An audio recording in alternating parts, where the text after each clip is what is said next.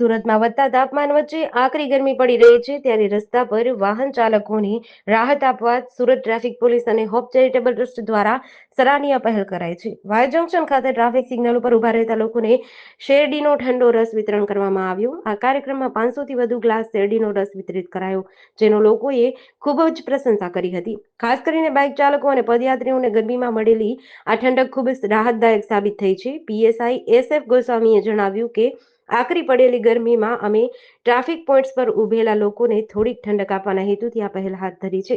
Hope charitable trust સાથે મળીને અમે શહેરના અન્ય વિસ્તારોમાં પણ આવું વિતરણ ચાલુ રાખીશું, જેથી લોકોમાં ડિહાઇડ્રેશનના કારણે થતા પ્રશ્નો અટકાવી શકાય છે। હોપ ચેરિટેબલ ટ્રસ્ટના પ્રતિનિધિએ જણાવ્યું કે ઉનાળાની સિઝન દરમિયાન સુરતના અલગ અલગ ટ્રાફિક સિગ્નલ્સ પર આવા કાર્યક્રમો યોજી વધુ લોકોને રાહત મળે તેવા પ્રયાસો કરાશે। સુરત શહેરમાં હાલનું તાપમાન 39 થી 41 ડિગ્રી હોય અને 41 ડિગ્રી તાપમાનની વચ્ચે સુરત શહેર ટ્રાફિક પોલીસ અને હોપ ચેરિટેબલ ટ્રસ્ટના સંયુક્ત ઉપક્રમે જે પ્રજાને તાપમાં સિગ્નલ પર ઊભા રહેતા જે ગરમી લાગી રહી છે એમાંથી બચવા માટે અમે એમને એક રિફ્રેશમેન્ટ માટેનો પ્રયાસ કરેલ છે અને શેરડીના રસનું વિતરણ આ સંસ્થાના માધ્યમથી કરવામાં આવેલ છે। જેડીસી ન્યૂઝ સાથે સુનિલ ગાજાવાલા, સુરત।